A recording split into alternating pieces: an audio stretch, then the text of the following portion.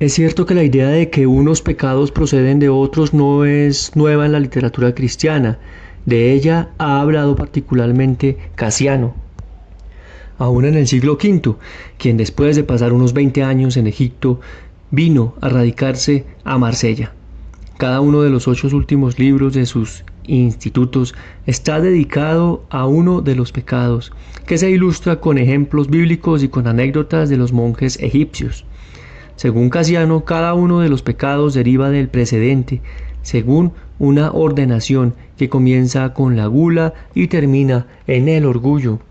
Pero me parece que la ordenación de las pasiones en el enneagrama va más allá de las nociones de Casiano, tanto en exactitud como en detalle. Aparte de las relaciones psicodinámicas entre miedo, falsedad y comodidad indolente, indican los trayectos unidireccionales entre los puntos del enneagrama, relaciones psicodinámicas entre las demás pasiones, apuntando a cómo la ira vuelve contra sí, se transforma en envidia autodestructiva, cómo la voracidad envidiosa, vuelta al espejo, se torna generosidad alimentadora de orgullo, cómo la actitud de conquista seductiva del orgullo se torna en la conquista abayazadora de la lujuria, cómo la codicia lujuriosa por autonegación se hace la codicia impotente de la avaricia, cómo el economizarse y privarse de la avaricia engendra compensatoriamente la actitud de autoderroche y autoindulgencia de la gula, y como una vez más la dulce autoindulgencia engendra uno opuesto, la severidad austera de la ira. Más significativamente, sin embargo, la psicología transpersonal expuesta por Ichazo constituyó la expresión de una tradición viva, de un conocimiento experiencial que supo transmitirse vivencialmente. Un aspecto notable de esto es la comprensión viva que nos ha traído de aquellos caracteres en que predomina una u otra de las pasiones. Son testimonio de ello los cursos acerca de esta caracterología que han pasado a ser parte del programa de formación de los jesuitas en Estados Unidos y en los países anglosajones. Es cierto que los padres de la Iglesia no solo consideraban el conjunto de los pecados como una impureza común, sino que también reconocían tipos humanos según que uno u otro de ellos fuese dominante. Reflejo de esa visión es la de Dante, que nos ha presentado a los pecados en encarnaciones particulares, ejercitando en ella un genio particular para el retrato de caracteres. También San Juan de la Cruz, en su tratado sobre la noche oscura del alma, nos habla de caracteres al tratar de las formas que toman cada uno de los pecados durante ese periodo de pruebas que sigue al despertar místico y procede a la madurez espiritual. Se perciben errores psicológicos en Dante, sin embargo, cuando se familiariza un bien de la psicología con los eneatipos que continúan el lado teórico del protoanálisis de Ichazo y que a la vez impartía un insight personal más incomparable al que trae consigo la ayuda del terapeuta que la del sacerdote de formación tradicional. Una notable contribución de Ichazo en su manera de implementar el protoanálisis radicaba en su certero diagnóstico, como ya insinúa la anécdota que he relatado. Como he dicho, el autodiagnóstico es difícil, o por lo menos difícil a partir de la simple pregunta de si predomina en la propia vida el orgullo, la envidia, el miedo o alguna otra de las motivaciones deficitarias. Es menos difícil tarea, sin embargo, cuando se tiene más información que la que el mismo Ichazo proporcionaba. Particularmente, es menos difícil equivocarse en materia de conducta que en materia de estados emocionales o motivacionales, como cuando uno se pregunta si es goloso o más bien lujurioso. Puede ser muy imperfecto el reconocimiento de nuestras motivaciones menos loables y la evaluación de su importancia en nuevas relaciones con los demás, pero no podemos desentendernos de la realidad de nuestra conducta. Es en términos de conducta que se plantean típicamente las descripciones científicas de las aberraciones psicológicas, y los diversos síndromes de la psiquiatría y de la psicología no son otra cosa que la expresión exagerada de una serie de estilos de personalidad que se encuentran en una o en otra de las pasiones. Era natural que siendo psicoterapeuta me fuese dando ya desde el comienzo de mi trabajo con Ichazo que a cada uno de los pecados o pasiones corresponde a una determinada patología del carácter entre aquellas que se reconocen en la medicina y la psicología. A través de la práctica posterior pude apreciar con claridad creciente cómo la posibilidad de reconocer el propio prototipo entre los caracteres se hace más fácil cuando se conoce no solo el eneagrama de las pasiones, sino también el eneagrama de las patologías. Aunque las patologías del carácter no sean sino las manifestaciones más problemáticas de rasgos caracterológicos que se consideran normales, es también cierto que lo normal es solo, en menor medida, enfermo, o si preferimos en lenguaje religioso, pecaminoso. Y por serlo así, el conocimiento de las patologías reviste el interés particular de hacernos más visible nuestra sombra a través de su exageración. También colectivamente es a través del estudio de lo patológico que hemos venido entendiendo poco a poco la así llamada salud. Aunque en el capítulo próximo hablaremos detalladamente de los 9 caracteres constituidos en torno a cada una de las pasiones fundamentales, expondré aquí en forma complementaria al eneagrama de las pasiones o pecados la correspondiente ordenación de las aberraciones de la personalidad según el eneagrama. Esperando que con esas imágenes exageradas que nos devuelven los espejos curvos, ello ayuda a mis lectores normales a tomar conciencia de sus patologías sutiles. Eneagrama de las patologías. El primero, personalidad obsesiva. Segundo, personalidad histrónica. Tercero, personalidad histérica. Cuarto, personalidad limítrofe, boicoteadora y masoquista. Quinto, personalidad esquizoide.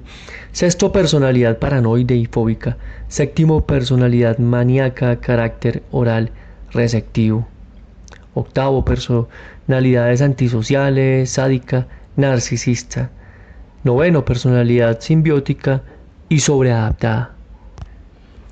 Como se ve en el nuevo eneagrama, he descrito en el punto 1 personalidad obsesiva, significa el extremo caracterológico correspondiente a la ira, es aquello que la nomenclatura del Manual Diagnóstico Estadístico de las Enfermedades Mentales, elaborado por la Asociación Médica Norteamericana, el DSM, en vías creciente de universalización. Desde el siglo pasado se viene llamando a la personalidad obsesiva, más exactamente hoy en día trastorno obsesivo de la personalidad. Se trata de un carácter perfeccionista y rígido, así como excesivamente controlado, en el que hay un gran afán de orden y una excesiva seriedad. Se trata de personas excesivamente preocupadas por los detalles de las reglas a seguir, de la precisión de horarios, hasta el punto de que ello interfiere en la relevancia de su actividad y con que se lleva en términos de las tareas emprendidas. Una de las tendencias excesivamente escrupulosas y exageradamente moralista parece estrangular en este tipo de persona el espíritu, la amistad y la expresión espontánea de las emociones. El segundo punto del eneagrama corresponde al orgullo. Ha situado el carácter que el DSM llama histriónico. Este término ha venido a reemplazar recientemente a la antigua palabra histérico, en la cual se superponía significados demasiado variables. Parafraseo la síntesis que ofrece de esta personalidad Lorna S. Benjamin. La persona busca ser el centro de atención y desea profundamente el amor y cuidado de una persona poderosa que pueda a su vez ser controlada a través de su encanto. La posición básica es de una confianza amistosa que se acompaña de una agenda secreta y respetuosa según la cual se empeña por obtener el amor a toda costa. El carácter centrado en la vanidad corresponde a aquel que solía llamarse histérico y cuya formación los autores del DSM equivocadamente consideraron una aproximación imperfecta al histriónico. Se trata de un carácter que se asemeja al histriónico en sus características de ser plástico, es decir, de su capacidad de adaptar intencionalmente a diversos roles, pero cuya descripción no se encuentra en el DSM, tal vez como resultado de que se trate de un carácter alegre y eficientemente que no parece patológico y coincide con el estilo norteamericano. Su característica más distintiva no se encuentra en las descripciones de la personalidad histérica, sino en las observaciones de la de Erich Fromm acerca de aquello que propuso llamar la orientación mercantil de la personalidad. Uno debe estar de moda en el mercado de la personalidad y para estar de moda debe saber qué clase de personalidad se cotiza mejor.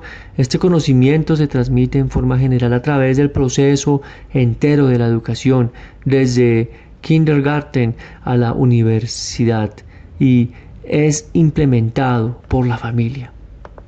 El conocimiento adquirido a una edad temprana no es, sin embargo, suficiente. Enfatiza solo ciertas cualidades generales como la adaptabilidad, la ambición y una sensibilidad en relación a las expectativas cambiantes de los demás. La imagen más específica de los modelos de éxito se obtienen a través de otras fuentes. Las revistas ilustradas, los periódicos y los noticiarios filmados muestran las imágenes e historias de vida de la gente exitosa en sus muchas variedades.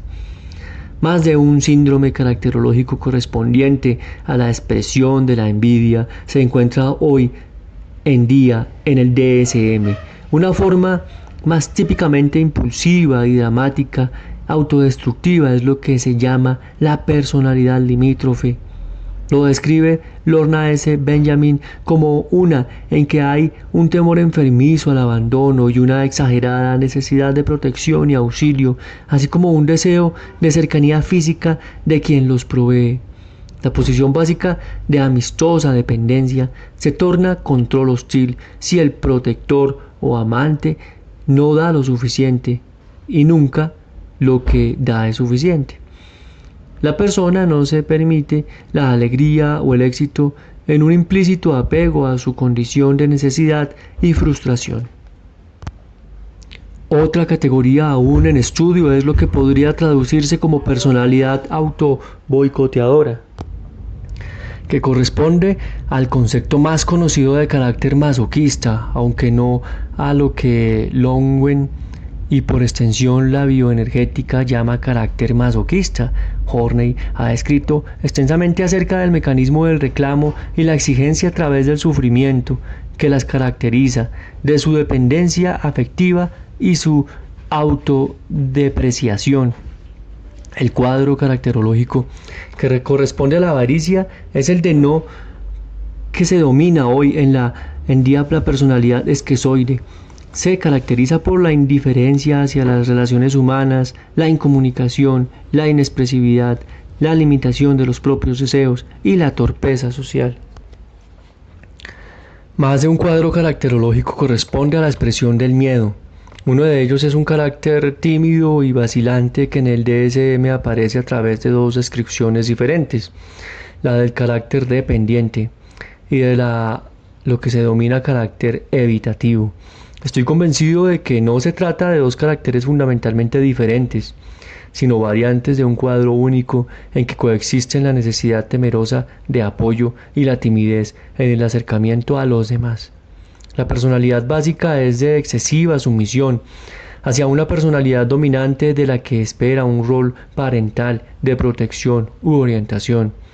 Su deseo de mantener este vínculo es tal que puede llevarlo a soportar abusos, porque se consideran incompetentes, no puede vivir sin el apoyo de la persona a quien se subordina. Por otra parte, se ha reconocido a través de la literatura psicoanalítica un carácter contrafóbico, que encuentra su eco más próximo en el carácter paranoide del DSM, solo que la descripción que se hace en este corresponde a los casos más aberrantes. Se trata de una forma de personalidad en que el miedo es negado en respuesta a un implícito miedo, al miedo casi como de una implícita estrategia de defensa exagerada a través del ataque. Se trata, en este caso, de una persona que tiende a interpretar la conducta de los demás como intencionalmente antagonista o con mala voluntad, desconfía de su amistad o fiabilidad, percibe significados amenazantes donde no los hay, se enfurece ante insultos imaginarios, sufre y tortura a causa de sus celos y está excesivamente dispuesto a atacar. Por último, hay una forma de expresión de miedo que pudieran llamarse un carácter prusiano y que en la práctica diagnóstica de hoy en día se confunde con el carácter obsesivo. Se trata de personas temerosas de equivocarse que se refugian en una excesiva adherencia a cánones racionales o ideológicos y en el cultivo del orden y la precisión. Teme ser acusado de imperfección y su búsqueda de orden lo lleva a una posición de control. Desconsiderado de los demás. Hay exagerada disciplina, control emocional y autocrítica, aparte de crítica hacia los demás. El carácter correspondiente a la gula fue descrito por primera vez por Karl Abraham, discípulo de Freud, quien propuso para él una designación de carácter oral optimista u oral receptivo. En el código diagnóstico actual, la descripción que más se le aproxima es la que se da a la personalidad narcisista, caracterizado por su gran necesidad de cariño, apoyo, deferencia admirativa y expectativa del tratamiento especial en virtud de sus talentos o méritos. Aunque el carácter correspondiente a la lujuria corresponde de cerca a la descripción que diría Wilhelm Reich de un carácter fálico narcisista, en la nomenclatura médica actual, la forma extrema de este tipo humano se designa como una personalidad antisocial y en forma más atenuada como personalidad sádica. Tal vez la descripción más acertada haya sido la que propuso Karen Horney de una personalidad vengativa, una en que el individuo reprime su parte tierna y débil y se encamina a compensar un sentimiento infantil de impotencia ante el medio ambiente a través de una búsqueda del poder, una ilusión de invulnerabilidad. Un excesivo deseo de controlar a los demás a la vez que una gran necesidad de independencia y una gran resistencia al control por parte de los otros, a los que se tiende a menospreciar. Al servicio de la independencia y del dominio se ponen la agresión, la intimidación. Se presenta generalmente el antisocial como persona amistosa y social, pero en el fondo no le importa lo que le ocurre al otro e incluso a sí mismo, de ahí su capacidad de riesgo. El carácter asidioso fue vívidamente descrito por Ernst Kretschmer como una variante hipomaníaca de la personalidad ciclotímica. Corresponde también al carácter masoquista de la bioenergética, pero no encuentra eco claro en el manual diagnóstico norteamericano. Eso es fácil de entender, ya que se tiende a considerar más patológica la inadaptación que la sobreadaptación, y se trata de un tipo de personalidad cuyos problemas son la tendencia a no reconocer problemas y una adaptación exagerada al entorno social.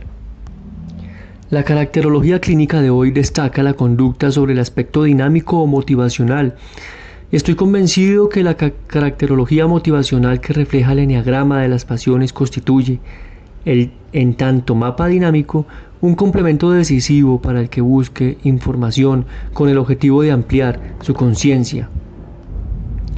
El valor terapéutico del insight acerca de lo que sea el corazón emocional de la neurosis solo puede ser comparado con el poder terapéutico del insight acerca de ese corazón cognitivo de la neurosis que el protoanálisis presentado por Ichazo declara lo más fundamental y resistente al cambio.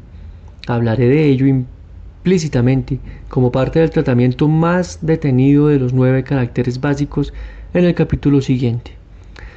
Bueno, notas. Primera epístola de Maecenas, Evangelius Ponticius. No debemos entender cómo sería tentador el temor a Dios del que hablan los antiguos como el temor neurótico a un Padre celestial de tantos, ya que es claro que reconocían los antiguos judíos en el temor a Dios el fundamento del coraje supremo ante los hombres, como ejemplo notable del heroico profeta Elías. La asidia entraña pereza espiritual y no necesariamente pereza en la acción. La última nota es Interpersonal Diagnostic and Treatment of Personality Disorders.